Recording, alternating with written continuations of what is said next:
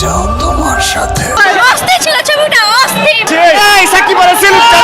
সিনেমার শুরুতেই আমরা পরিচয় পাই আগুন নামের এক তরুণের সাথে, যে এক প্রভাবশালী ও উচ্চবিত্ত পরিবারের সন্তান। চারপাশে সবাই তাকে তার পরিবারের পরিচয়ে চিনলেও আগুনের কাছে এই আভিজাত্য যেন একটা অদৃষ্ট দেয়াল। সে চায় না কারো ছায়ায় বড় হতে, বরং নিজের মেধা আর যোগ্যতায় বিশ্বকে নিজের নাম চেনাতে চায়। আর এই স্বপ্ন পূরণের হাতিয়ার হিসেবে সে বেছে নেয় সঙ্গীতকে। আগুনের ধ্যান, জ্ঞান, স্বপ্ন, স্বাদ সবই এই মিউজিককে কেন্দ্র করে। সে একজন সত্যিকারের রকস্টার হওয়ার স্বপ্নে বিভোর থাকে। সবচেয়ে আবেগঘন অংশ হলো আগুনের ব্যক্তিগত সীমাবদ্ধতা। সঙ্গীত যার রক্তে মিশে আছে, সেই মানুষটাই তীব্র স্টেজ ফ্রাইট বা মঞ্চভীতিতে ভোগে। কয়েক হাজার মানুষের সামনে গান গাওয়া তো দূরের কথা, সাধারণ মানুষের ভিড়ে দাঁড়াতেই তার বুক কেঁপে ওঠে, গলা শুকিয়ে আসে। একজন শিল্পীর জন্য এর চেয়ে বড় ট্র্যাজেডি আর হতে পারে না। এই সিনেমার মূল প্রাণ হলো আগুনের সেই অবিশ্বাস্য রূপান্তর।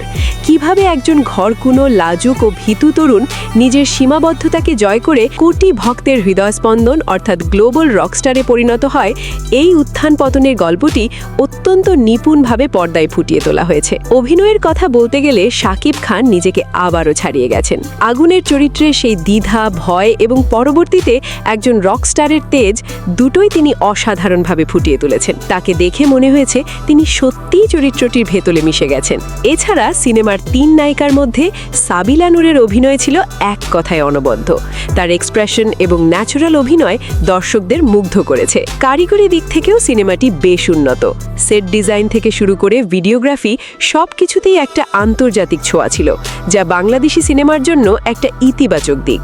যেহেতু এটি একটি মিউজিক্যাল ফিল্ম, তাই গানের আধিক্য এখানে কাম্যই ছিল।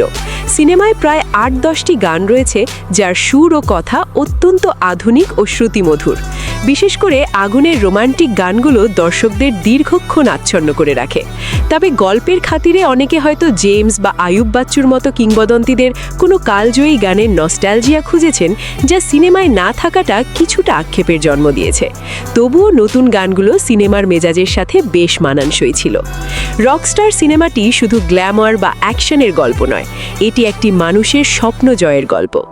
আমাদের দেশের দর্শকরা সাধারণত যে ধরনের অ্যাকশন জনরের সিনেমায় অভ্যস্ত, তার বাইরে এটি একটি ভিন্নধর্মী প্রচেষ্টা। অনেকের কাছে এটি ধীরগতির বা নাটক মনে হতে পারে, কিন্তু যারা গল্পের গভীরতা আর আবেগ বুঝতে পছন্দ করেন, তাদের জন্য এটি একটি দারুণ অভিজ্ঞতা। জীবনের প্রতিবন্ধকতা জয় করে কিভাবে শিখরে পৌঁছানো যায়, তার এক চমৎকার উদাহরণ এই সিনেমা। যারা এখনই দেখেননি, তারা একটি ভিন্ন স্বাদ পেতে সিনেমাটি দেখে নিতে পারেন। এটি নিঃসন্দেহে একটি পয়সা উসুল সিনেমা। শাকিব খানের মুভিগুলো আপনাদের যদি ভালো লেগে থাকে, তাহলে চ্যানেলটিতে সাবস্ক্রাইব করে আমাদের পাশেই থাকুন। ধন্যবাদ।